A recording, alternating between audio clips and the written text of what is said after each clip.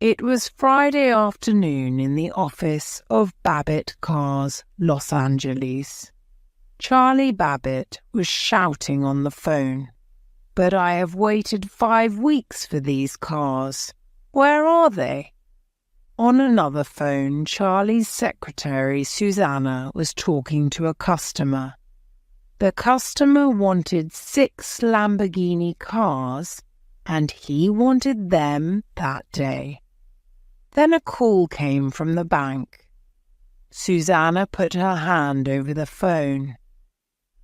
"They want you to pay back the money you borrowed," she said. "They want it this afternoon." "Tell them I'll pay off Monday," said Charlie. Then he spoke into his own phone. "You can have the cars on Monday, sir." "Yes, I'm sure." "Thank you, sir." Charlie put the phone down and smiled for the first time in a week. Monday. And this was only Friday. He had the weekend to think of something to save his business. He looked over at Susanna, his Italian secretary. She was his girl, and she was so beautiful. Charlie loved every part of her little body, her big black eyes, her long brown hair.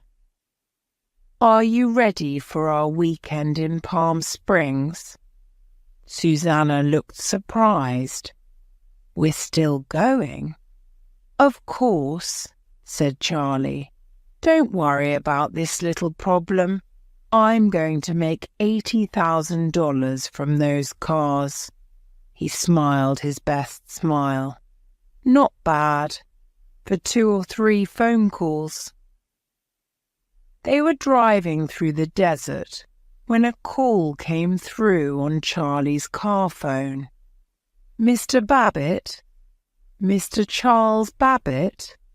It was a girl's voice. "Yes?"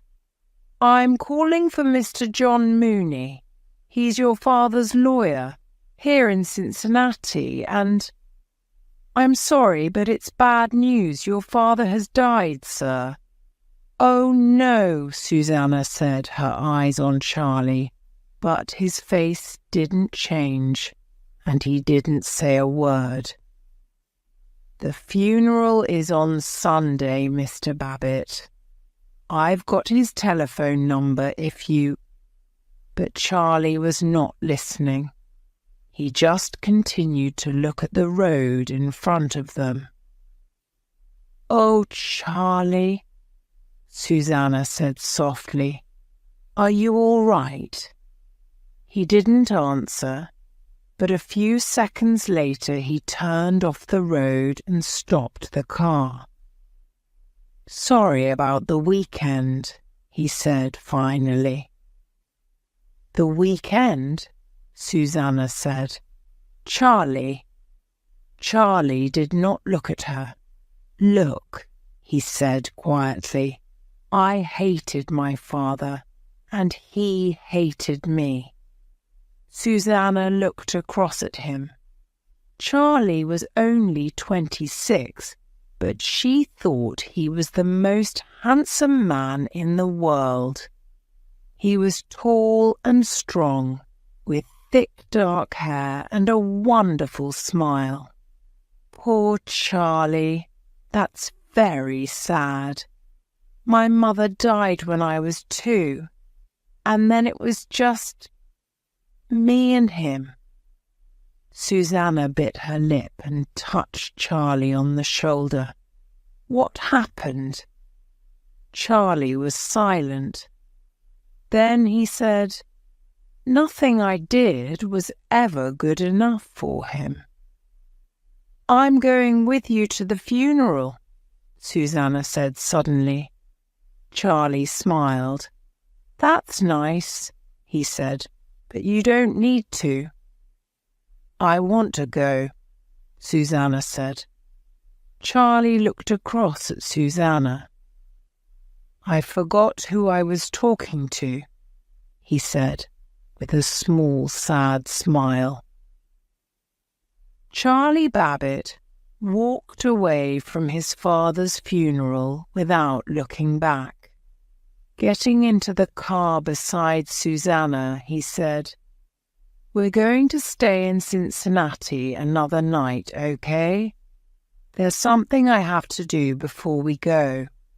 Charlie started the car. "Where are we going now?" Susanna asked. "East Walnut Hills." Walnut Hills is the richest part of Cincinnati.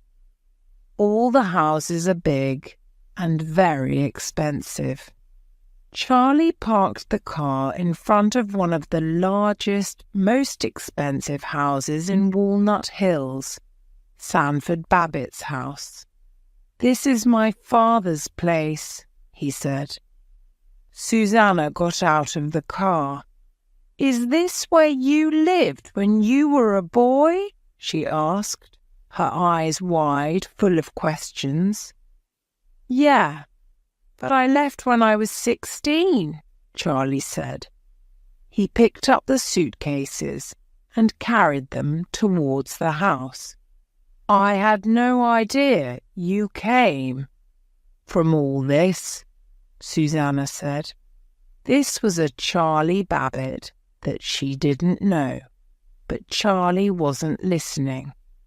He put the suitcases down and walked towards a car that was in front of the garage. It was a 1949 Buick Roadmaster. It was light blue and everything about it was perfect. "I've always known this car," Charlie said in a quiet voice, "but I only drove it once." Near the garage was a flower garden with some wonderful roses. "Someone must water those roses," said Susanna, who loved flowers. "They're all dying." "I hate those roses," Charlie said suddenly. Susanna looked at him in surprise, but Charlie was already opening the front door. Later that afternoon, Charlie and Susanna were looking round Charlie's old bedroom. "You know that car in front of the garage?" Charlie asked suddenly. "It's beautiful. My father loved that car, the car and the roses. The Buick was his car and I could never drive it. But one day I borrowed it to drive my friends round town." "What happened?" "My father telephoned the police. He knew I had the car, but he telephoned the police and said, 'Someone has stolen my car.' The police stopped us and took us to the police station." Charlie's face was angry now.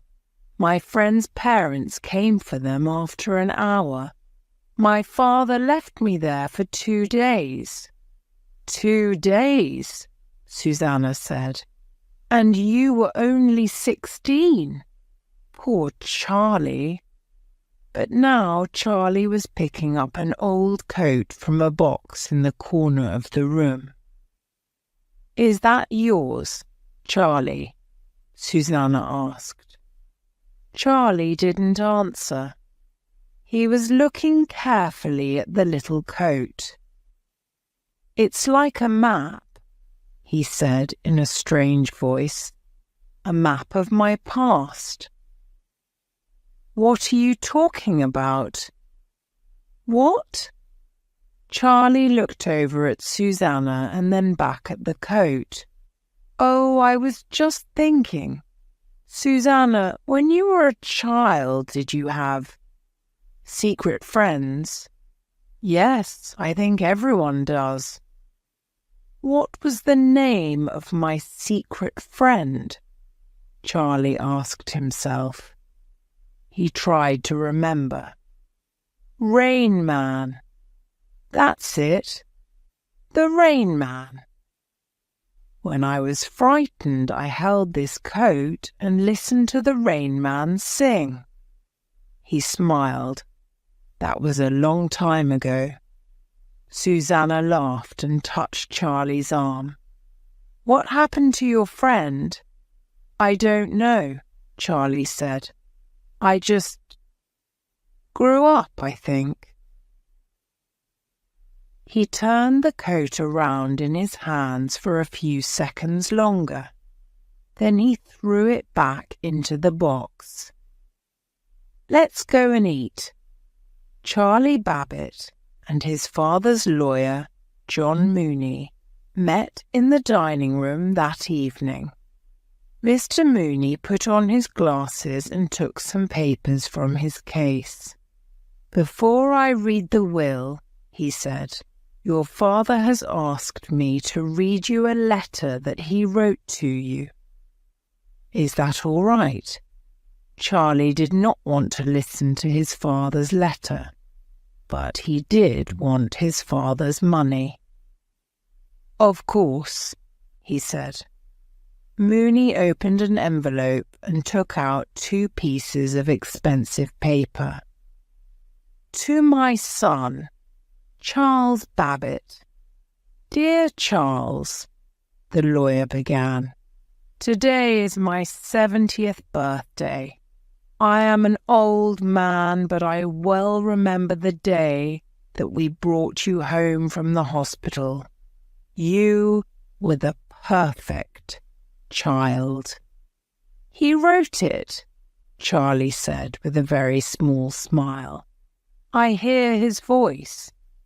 "And I remember too," Mooney continued reading, "the day you left home. You were so angry and you had all these big ideas." The lawyer stopped reading. He looked up at Charlie, but there was no change in the young man's expression. Mooney did not look up from the letter again.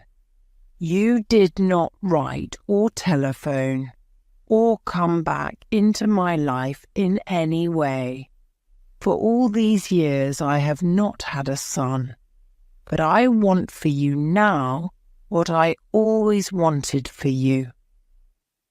I want you to have the best life possible." John Mooney stopped reading and put the letter back into its envelope. The old lawyer seemed sad. Charlie did not say anything. He just sat there waiting for Mooney to read the will. Now Mooney picked up the will. Without looking at Charlie, he began to read. "To Charles Sanford Babbitt, I give my 1949 Buick. I also give him my roses." Charlie moved anxiously in his chair. He did not like what he was hearing. "I am leaving my home and all my money to someone who is very important to me. Because this person cannot use the money, a friend will look after the money for him." Mooney stopped reading and looked up. "I don't understand," Charlie said. "Your father's money, around $3 million, will go to someone who cannot use it," Mooney explained. "Another person will look after the money." So Charlie Babbitt was not getting his father's house or his father's money. "What's the name of the person who is going to get the money?" he asked. John Mooney put the will back into his bag. "The will says that I cannot tell you." Charlie was beginning to get angry. "Who is this person who's going to look after the money?" "You." "No, it isn't me," Mooney said. The old lawyer stood up and picked up his hat. "Who is it then?" "I'm sorry, Charles," Mooney said. "I'm your father's lawyer, I can't tell you." He walked towards the door and then turned to face Charlie. "I'm sorry, son. I can see that you're upset." "But upset?" Charlie jumped out of his chair. "I get an old car and some roses. Wonderful. And this man without a name. Charles, this secret person gets $3 million. Charles, Sanford Babbitt. You want to be his son for 5 minutes?" Charlie shouted. "Did you hear that letter? Were you listening?" Charlie was so angry he could not continue speaking. "Yes, sir, I was," John Mooney replied, looking at Charlie straight in the eye. "Were you?" Charlie wanted that $3 million. It was his money. But first, he had to know who was looking after it. Next morning, he went to his father's hank and talked to a woman there. He smiled his beautiful smile and lied to her. 5 minutes later, he had the name and address that he needed in his pocket. Dr. Walter Bruner of Walbrook Home, Ohio. With Susanna next to him, Charlie drove the Buick out of Cincinnati. It was a hot July day, and they had the roof of the car open. On both sides of the road were the Ohio hills. "This is beautiful," Susanna said. "Where are we going?" "We're going to see a Dr. Bruner," Charlie answered. He did not say another word. 20 minutes later, Charlie slowed the car down and turned to the left. The new road was very narrow. On both sides there were big trees. "This is the place," he said. "Walbrook Home." "But why have we come here, Charlie?" Susanna asked. "It's something about my father's will," Charlie said. "It won't take long." On the way up to the house, they saw a strange man. There was paint all over his face, and he was smiling like a child. They got out of the car and walked up to the front door. A nurse came out to meet them. "I'd like to see Dr. Bruner, please." The nurse took them into a comfortable waiting room. "Could you wait here, please?" The nurse left the room. Charlie jumped up and went through a door into another room. "Charlie," Susanna called, "where are you going?" She followed him into the other room where a group of people were watching television. Others sat at tables playing with children's games. 2 nurses in white coats sat at the back of the room. Nobody spoke. "I don't like being here, Charlie," Susanna said. "It isn't right. Let's go back to the waiting room." Dr. Bruner was a big man. He was about 56, with grey hair and a calm face. "Could you please tell me the name of the person who will get my father's money?" Charlie asked politely. "I'm sorry, I cannot tell you that." "Just like Mooney. Why is it a secret?" Charlie left his chair and went over to stand by the window. "Is this person an old girlfriend of Dad's?" From the window, Charlie could see the old Buick. Susanna was sitting in the back, enjoying the afternoon sun. A small man carrying a bag moved towards the car. He walked in a strange way, moving from side to side. "Mr. Babbitt, I knew your father from the time you were 2 years old," Dr. Brunner said softly. Charlie turned. "The year my mother died," he said quickly. "Yes," said Brunner. "Now, the will names me as the person to look after the money. But this hospital and I get none of that money.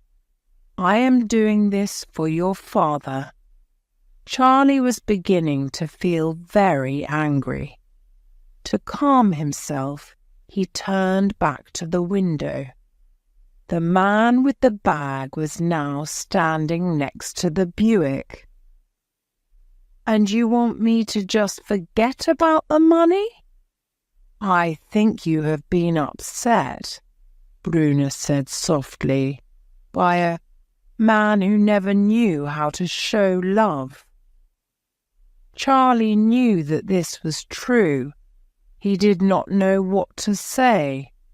Outside, the man was taking a small notebook out of his bag. He began writing in it. "I understand how you feel," Dr. Brunner continued, "but there's nothing I can do." "I'll fight for my money, Dr. Brunner," Charlie said. Dr. Brunner got up from his chair. "I'm sure you are a fighter, Mr. Babbitt," he said.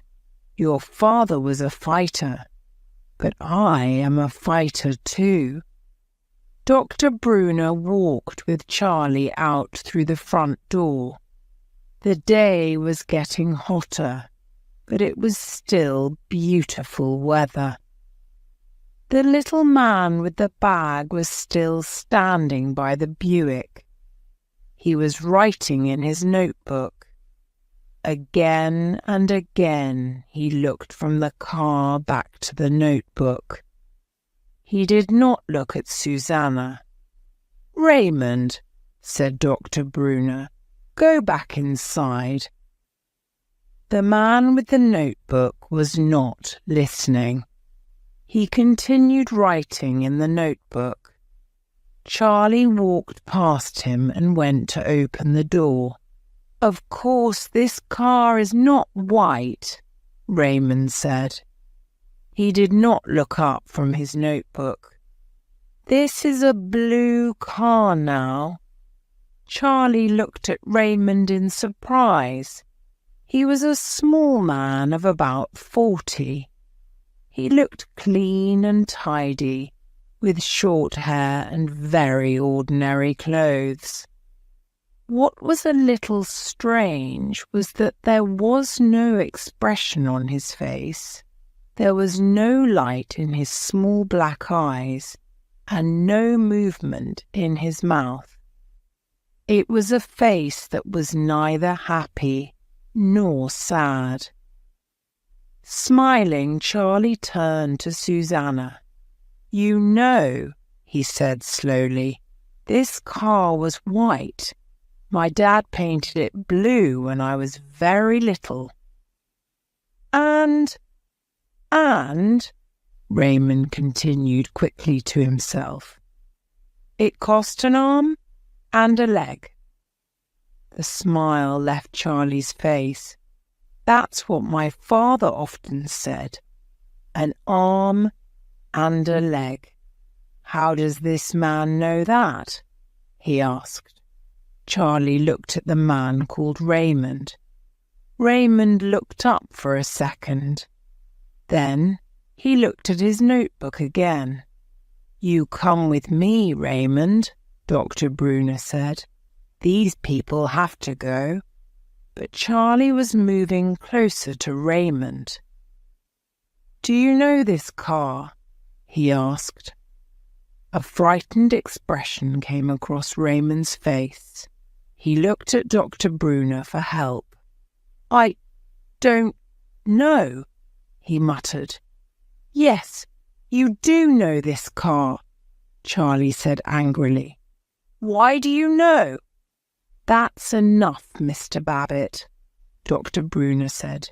You're upsetting him. Charlie, please, Susanna said. Now Raymond looked from Susanna to Dr. Brunner. He began writing in his notebook and muttering to himself, Babbitt, Charlie, Charlie, Babbitt, Charlie Babbitt, 1961, Beechcrest Avenue. Charlie was astonished. How do you know that address? He asked. Dr. Brunner spoke quietly. Because he's your brother, he said. But I don't have a brother, the astonished Charlie said. I never had a brother. Charlie and Dr. Brunner walked through the flower garden and talked together. Susanna sat with Raymond, who was still writing in his notebook. What can I tell you? The doctor asked. Where to begin? What does he write in that notebook? He writes down things that he thinks are dangerous, things like bad weather reports. Why does he do that? I think he writes dangerous things down to try and hide them. Raymond sees danger everywhere. Any change frightens him. That is why he always does things in the same way every day. What do you mean? Raymond always eats the same way, sleeps the same way, talks the same way, everything. But he's a person, your brother. In some ways, a very intelligent person. Dr. Brunner looked at Charlie for a second or two. Then he continued, Raymond cannot have relationships with other people, and he cannot see the relationship between things. He talks to you, but he also talks to the car and the television. Everything is the same to him. Doctors call this sort of person autistic. Charlie thought about this. It was difficult to understand. And the most important thing is that Raymond can't feel. He cannot be happy or sad in the way that we are happy or sad. Dr. Brunner stopped speaking and looked at Charlie. Charlie was biting his lip and looking over at his brother. What Raymond did with you today, that was very good, Dr. Brunner said softly. Very good for a stranger. Charlie shook his head and laughed. The world is strange, he said. $3 million. What's he going to spend it on? It was late afternoon. Charlie was walking with Raymond. Susanna waited in the car. She thought that Charlie was saying goodbye to his new brother. Charlie walked quickly towards the Buick. Raymond walked next to him. This is Daddy's car, Raymond said. It was white. But now this is a blue car. Charlie got into the Buick. Get in, Raymond, he said. Raymond got into the car. Charlie, wait a minute, Susanna said. Where are we taking him? For a holiday, Charlie said. He started the car and they drove away. Raymond looked back over his shoulder at the house that they were leaving. There was no expression on his face, but it was very clear that he was anxious. Don't worry, Raymond, Susanna told him. You're coming back. Charlie said nothing. They drove back to Cincinnati. Raymond sat in the back of the Buick and watched the road go by. He said nothing to Charlie or Susanna, but muttered strange things to himself. They went to a hotel and took 2 rooms. Charlie showed Raymond his room. "This is your room, Ray," he said. That was a big mistake. Raymond looked around the room. "This is not my room," he said. There was a frightened expression on his face. "This is not my room." "Just for tonight," Charlie said. "Until we take you home," Susanna said. But Raymond was very upset now. He was shaking his head from side to side and muttering to himself. "Of course I'm going to be here a long time. A very long time. Of course they moved my bed."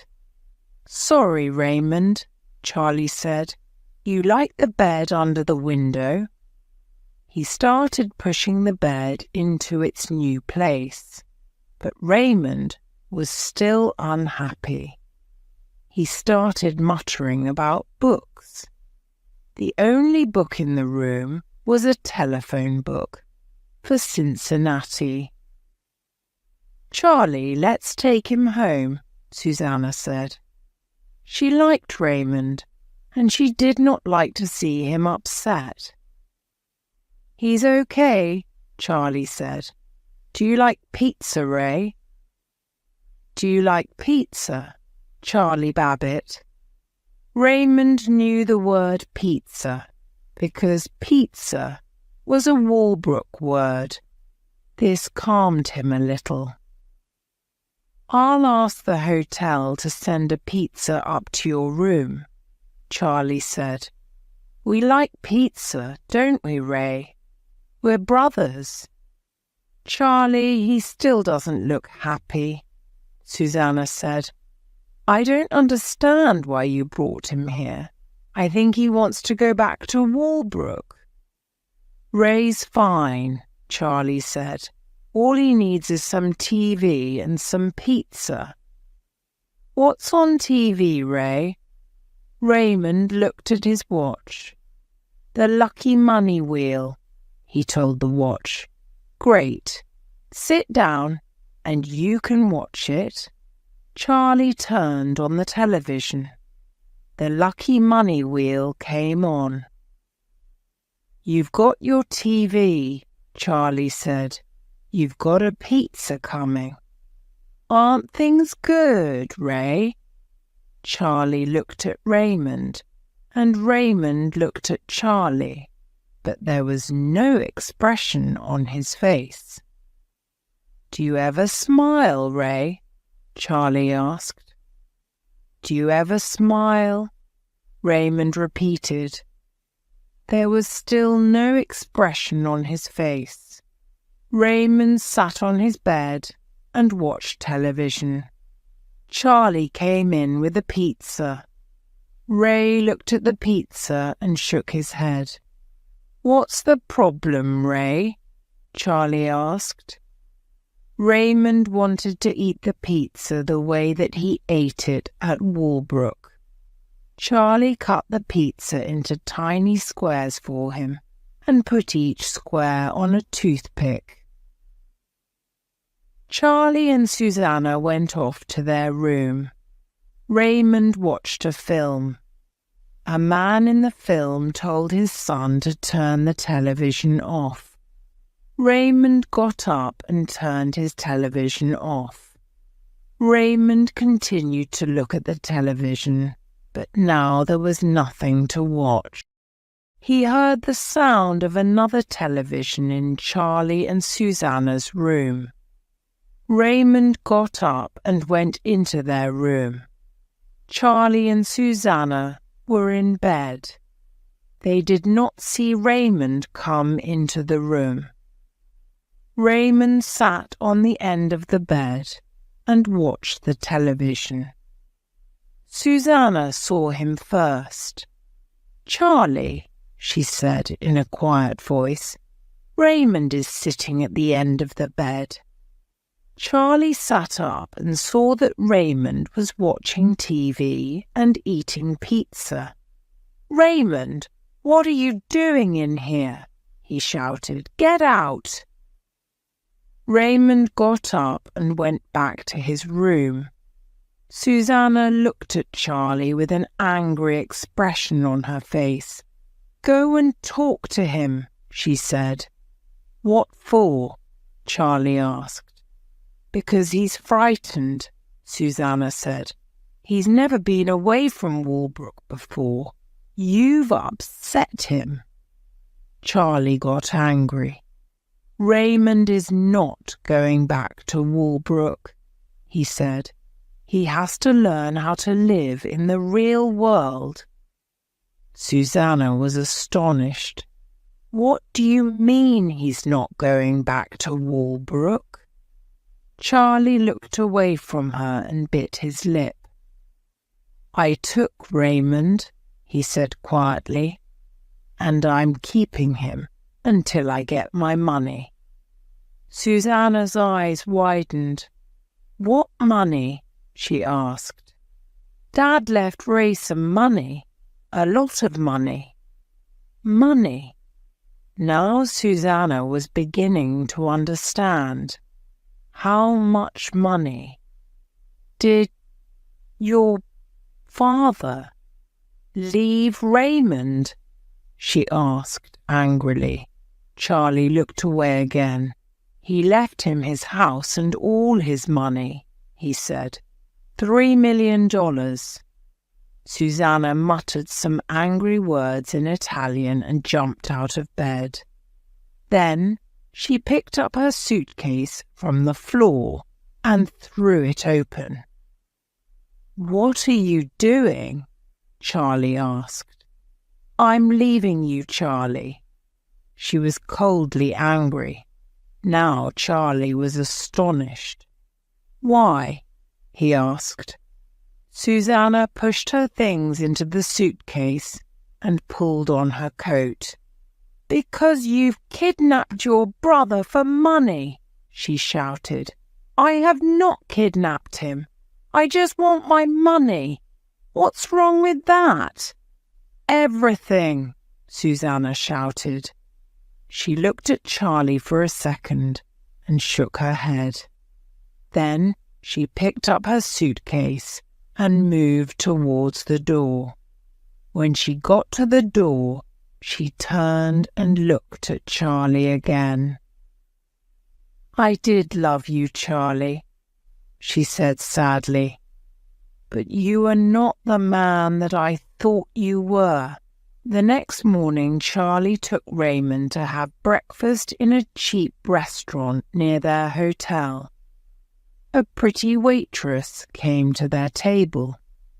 "Good morning," she said. Raymond read the girl's name on the front of her dress. "Sally Dibbs," he said suddenly. 460192.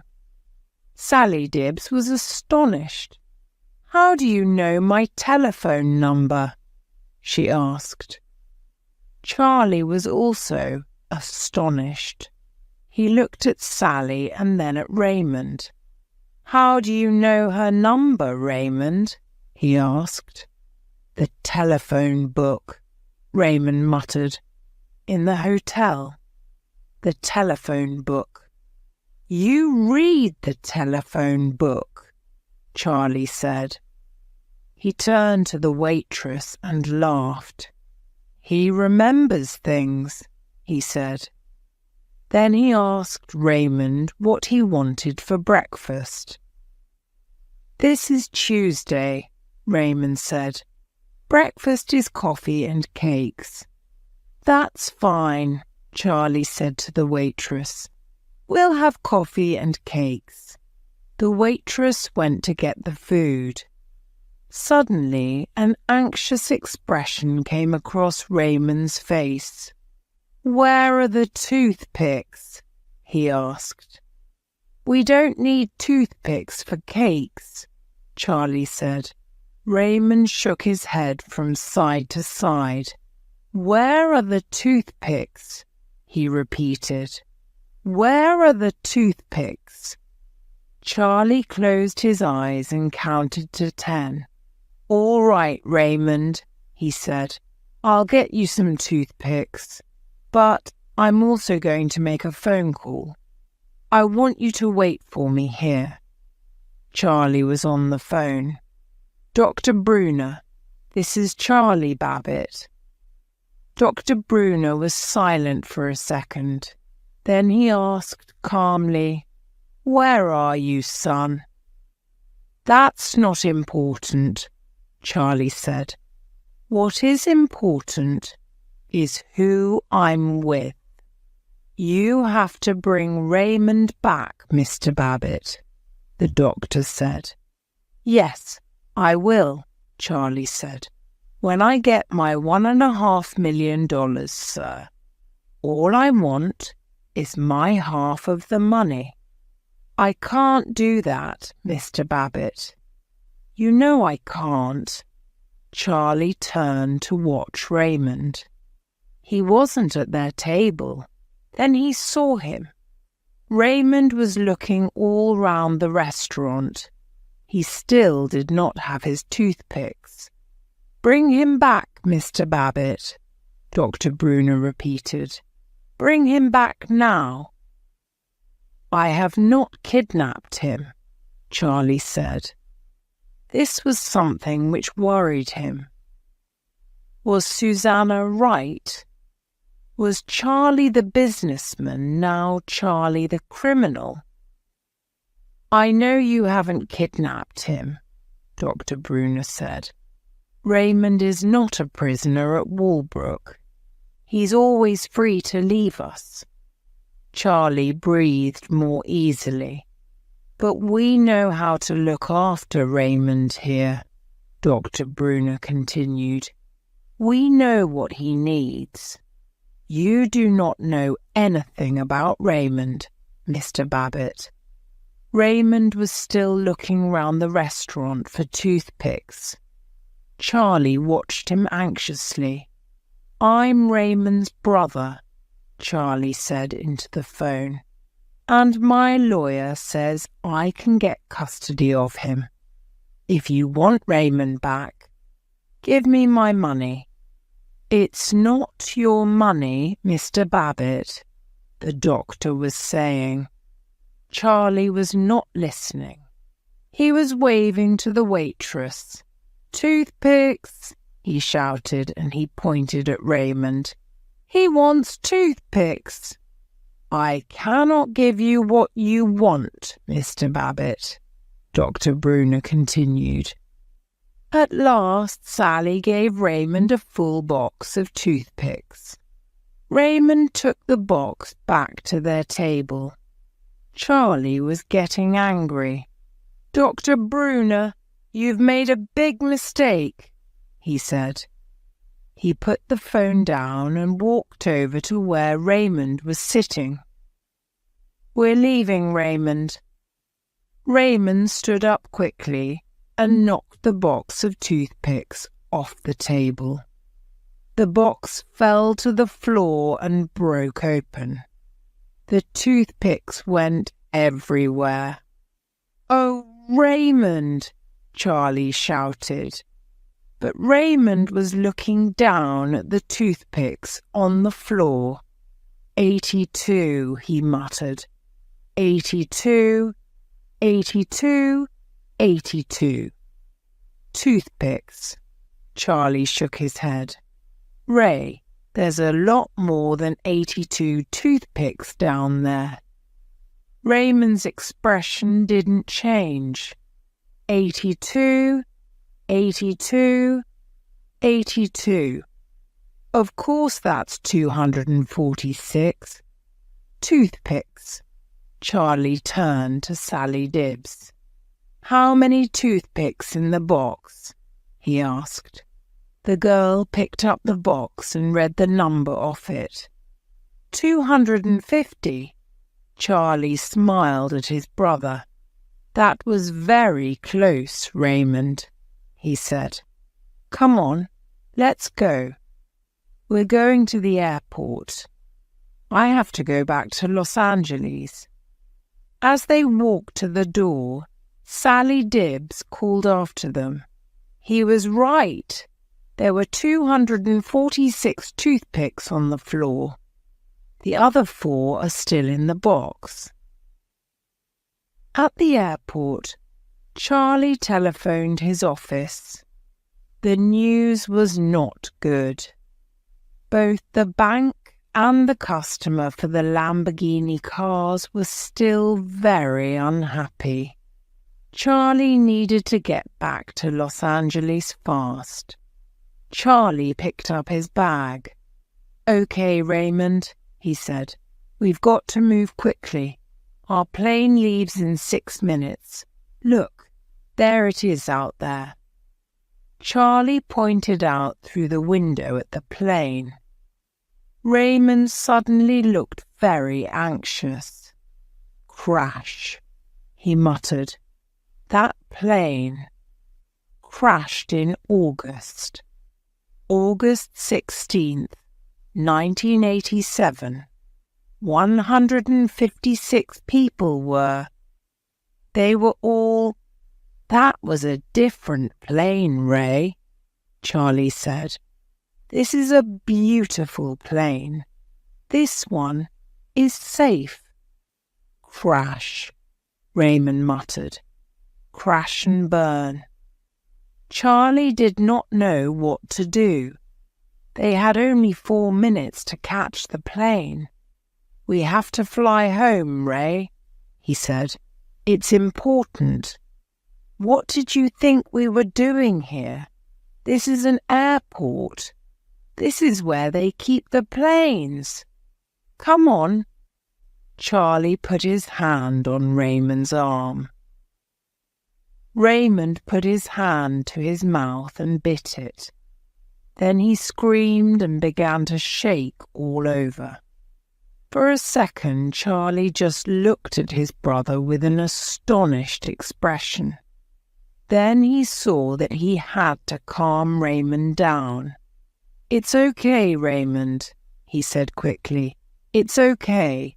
We'll drive to Los Angeles. It will take 3 days, but we'll drive. No planes. Raymond stopped screaming. His body stopped shaking and slowly the anxious expression left his face. I'm sorry, Raymond, Charlie said softly. I'm sorry I upset you. Charlie turned and began walking out of the airport. A second later, Raymond followed him. Charlie drove all through the night. He felt tired and anxious. He needed to get back to Los Angeles fast to try and save his business. He was losing time that he did not have. The next evening they stopped at a hotel. Their room had a small bathroom. Charlie went in to have a bath. Raymond was cleaning his teeth, and his mouth was full of toothpaste. Don't use so much toothpaste, Ray, Charlie said, but Raymond continued cleaning his teeth. Toothpaste came out of his mouth and dropped onto his shirt. Will you stop that, Ray? Charlie said. Raymond did not stop. You like it, Charlie Babbitt, he muttered. Charlie shook his head. No, I do not like it, he shouted. You say funny Rain Man, funny teeth. Suddenly, Charlie stopped shouting. Pew me Rain Man. Rain Man. That was the name of his secret friend when he was a child. What did you say? He asked. You can't say Raymond, his brother said. You're a baby. You say, Rain Man. funny Rain Man." Charlie sat down on the side of the bath. He didn't know what to think. He was finding it difficult to breathe. You're the Rain Man," Charlie said finally. Raymond put his hand in his pocket and pulled out an envelope. He opened the envelope and carefully took out a small photograph. Charlie took the photograph and looked at it. A young man of about 18 was looking at the camera, but not smiling. He was holding a baby in his arms. The baby was Charlie Babbitt, and the young man was Raymond Babbitt. "Daddy took the picture," Raymond said. Charlie looked at the photograph for a long time. He was astonished. He and Raymond, Charlie and Raymond, Charlie and the Rain Man. "And you lived with us then? When did you leave us?" "It was Thursday," Raymond said. "Which Thursday, Ray?" "It was snowing outside. Maria stayed with you when Daddy took me to my home, January 21st, 1965, on a Thursday." "That's when our mother died," Charlie breathed softly. "Just after New Year.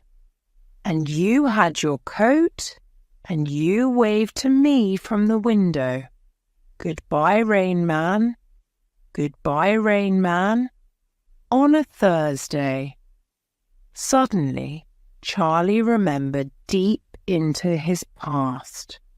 He remembered the snow and waving to Rain Man, and later crying for Rain Man.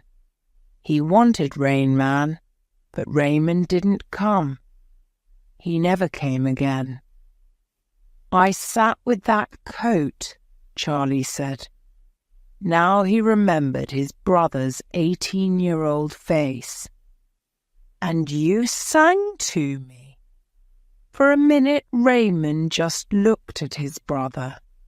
Then, very softly, he began to sing a song by the Beatles. When Raymond finished singing, Charlie moved closer to him.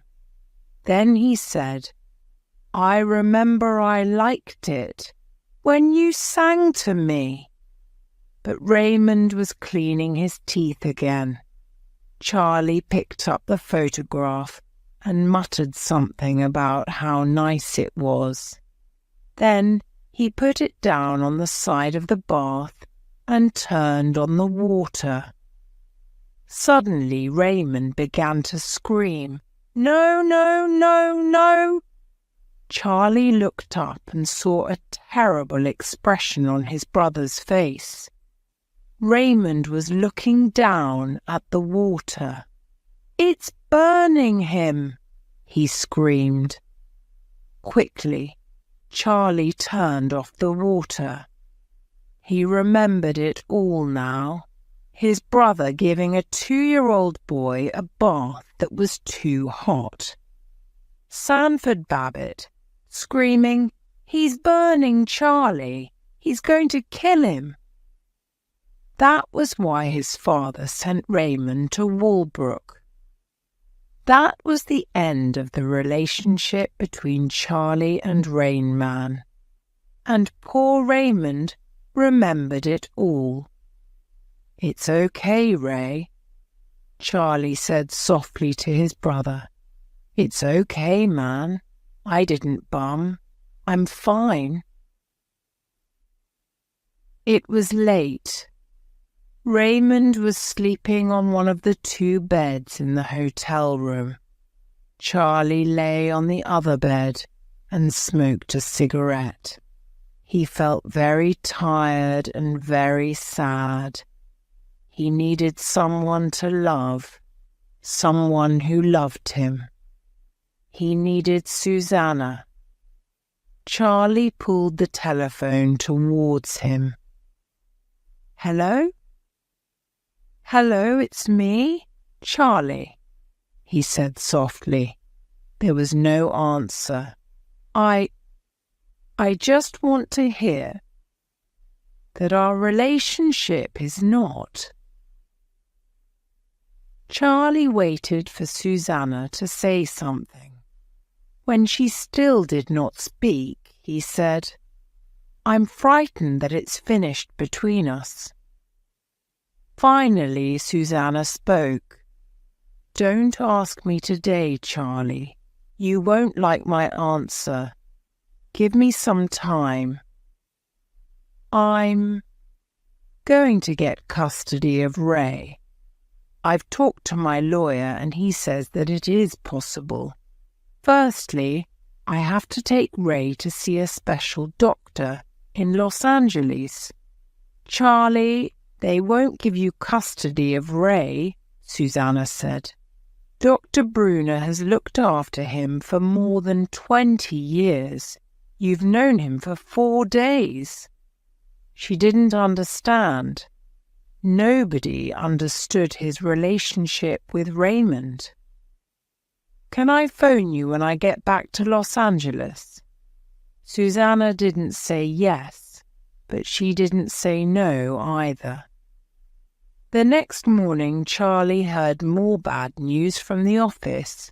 They were taking the Lamborghinis away, and Charlie had very little money left. He was paying for everything with his American Express card.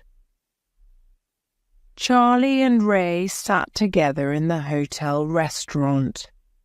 At the next table there was a group of 20 businessmen.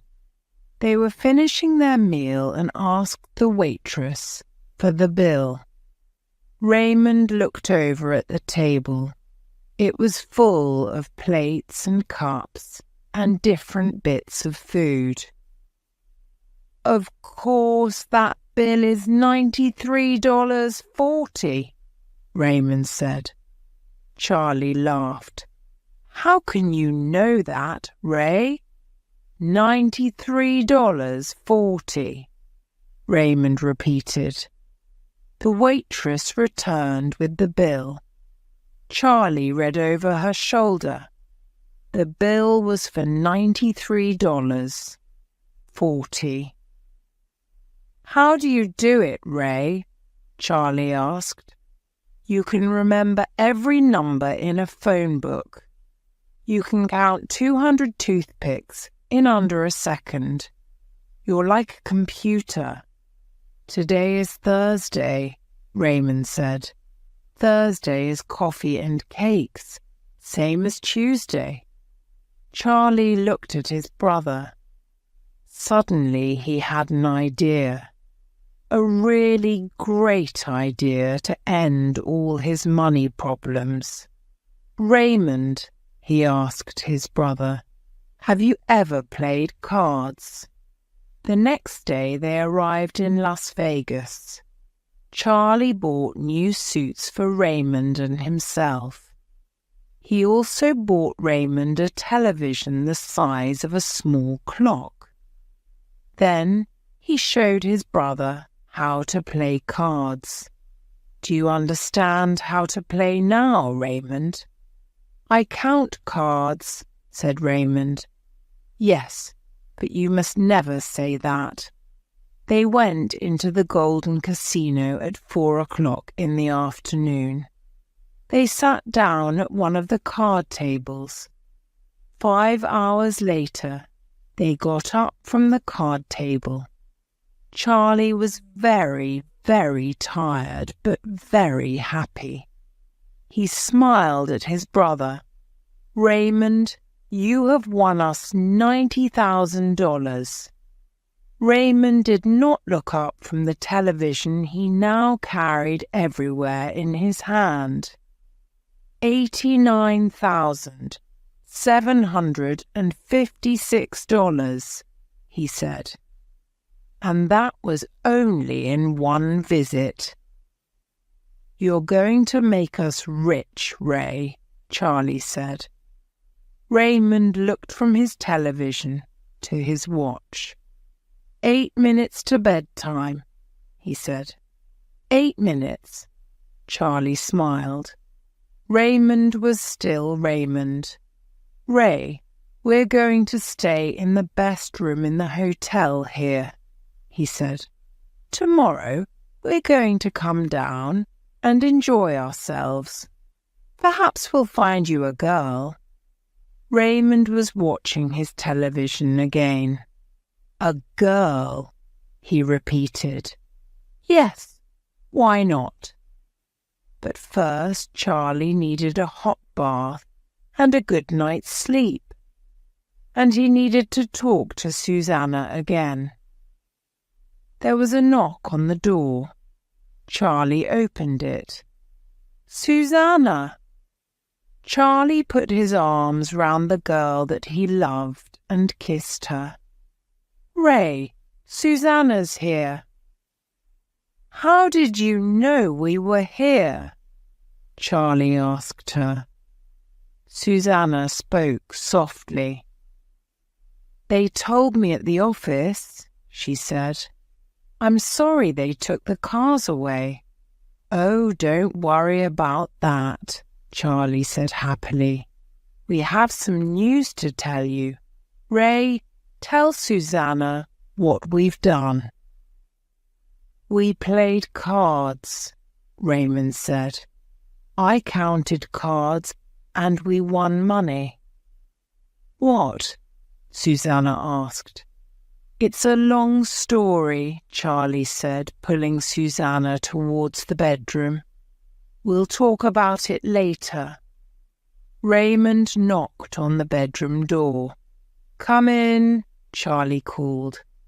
Raymond opened the door and stood there with his little television in his hand. 6 minutes until I find a girl to dance with," Raymond said. "You said 10 o'clock. "A girl?" Susanna asked. Charlie was getting out of bed. "I taught him to dance. Now we're going to try to find him a girl to dance with." 5 minutes, Raymond said. They walked round the Golden Casino for an hour. It was very difficult to find a girl for Raymond to dance with. To other people, Raymond seemed strange. Charlie pointed to one of the tables. "This is where we played cards," he said. Suddenly he felt a hand on his shoulder. He turned around to see 2 big men in suits. "Mr. Babbitt?" "Yes." "The boss wants to see you, please," one of the men said. He did not smile, and Charlie guessed that there was a problem. Charlie turned to Susanna. "Can you take Raymond back to our hotel room?" "Of course," Susanna said. Susanna and Raymond took the lift back to their room. Raymond was watching a film with Fred Astaire and Ginger Rogers on his little TV. In the lift, Susanna looked at Raymond and felt sad for him. "Raymond, have you ever danced with a girl before?" she asked. "I've danced with Charlie Babbitt," Raymond said. "One time, with Charlie Babbitt."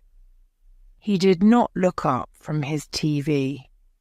The music from the dancing below came into the lift. "I like this music," Susanna said softly. "Do you want to dance with me, Raymond?" Susanna stopped the lift between 2 floors. She moved closer to Raymond and took his hand in hers. They started to dance inside the lift. Raymond watched his television over Susanna's shoulder. The song came to an end. Susanna started the lift again. "The other girls have missed a beautiful dance," she said. Later, Charlie came up to the room. He looked very tired. "We have to leave here tomorrow," he said. "They won't let us play cards here again." "Why not?" Susanna asked. "Because we won," said Charlie. "And they don't like people winning. I guess Raymond was too good for them." They left Las Vegas the next morning and drove back to Los Angeles. Susanna sat next to Charlie in the front of the Buick. Raymond sat in the back of the car and watched another film on his TV.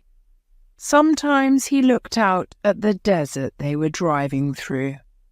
Once Raymond drove the car for a few minutes.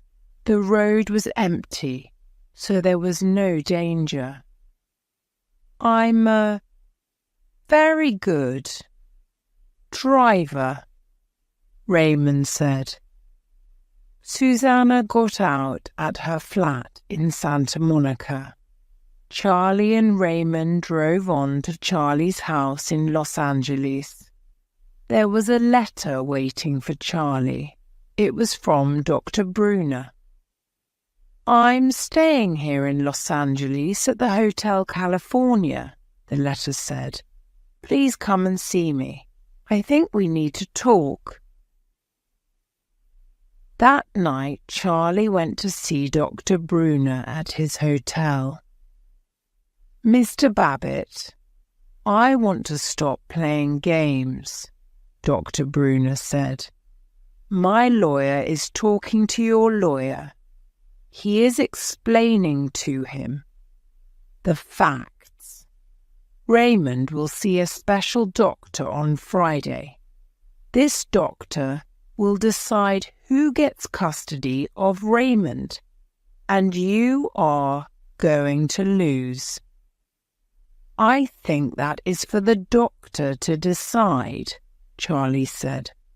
"But I have helped Raymond more in 1 week than you have in 20 years. "You think you have helped Raymond," Dr. Bruner said.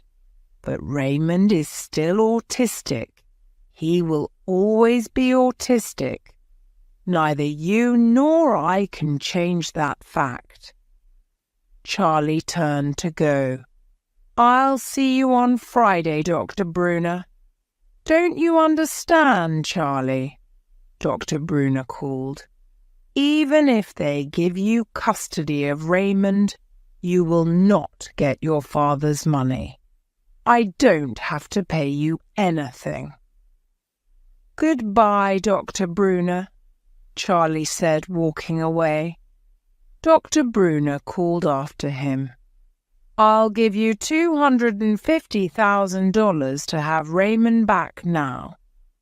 Charlie stopped walking and turned round to face the doctor. He shook his head. "I don't want your money, Dr. Bruner," he said. "I want my brother." Friday came. Dr. Marston sat at his desk. Next to him was Dr. Bruner. In front of him were Charlie and Raymond. The two brothers were both wearing suits. "There's no easy way to say this, Mr. Babbitt," Dr. Marston began. He did not need to continue. Charlie understood. "You're sending Raymond back to Walbrook," he said. "They can look after him there," Dr. Marston said. "They understand Raymond's problems." "But Raymond has changed," Charlie said angrily.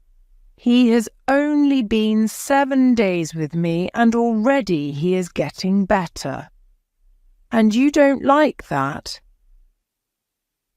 Dr. Marston and Dr. Bruner sat silently for a minute. Then Dr. Bruner turned to Raymond. "How was your holiday, Raymond? Tell me what you did." Raymond held his little TV to his heart. "I played cards," he said, "with Charlie Babbitt. And I drove Daddy's car." Dr. Brunner laughed. "You drove a car, Raymond?" "It was on a quiet road," Charlie said. "And I danced with Susanna," Raymond said. Even Charlie was surprised at this. Dr. Brunner took a pen from his pocket and wrote something down in a notebook. Then he turned to Raymond.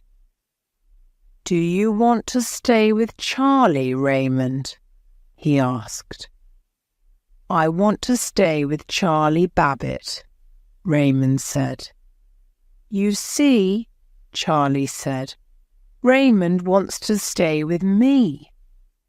But Dr. Brunner did not look at Charlie. He looked at Raymond. "Do you want to go back to Walbrook, Raymond?" "I want to go back to Walbrook." Dr. Brunner wrote again in his notebook. Dr. Marston also wrote something down. "But what do you want to do, Raymond?" Dr. Brunner asked again. "Do you want to stay with Charlie, or do you want to go back to Walbrook?" Raymond was now breathing very deeply.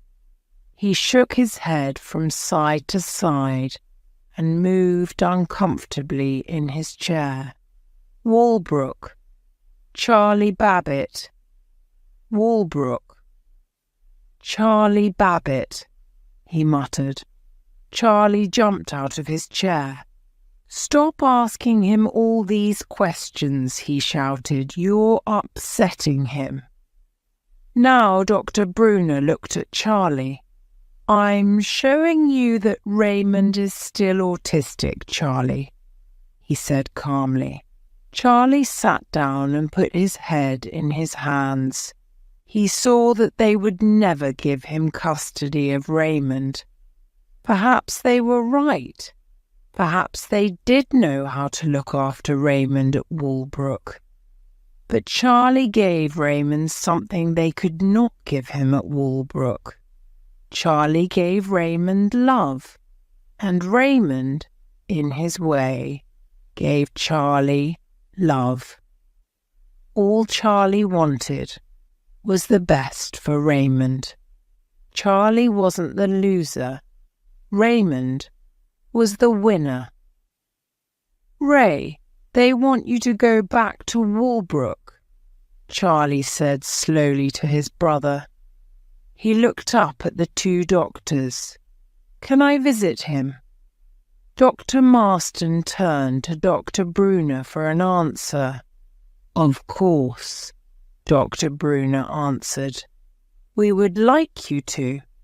Raymond took out his photograph.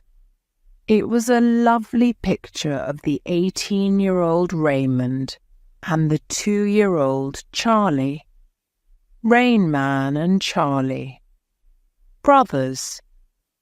Raymond handed the photograph to Charlie. Charlie began to cry softly. "Are you all right, son?" Dr. Brunner asked. Charlie looked up and smiled. Then he turned to his brother. "I'll come to see you, Ray," he said, "and you can drive Dad's car when I visit." "I'm a very good driver," Raymond said.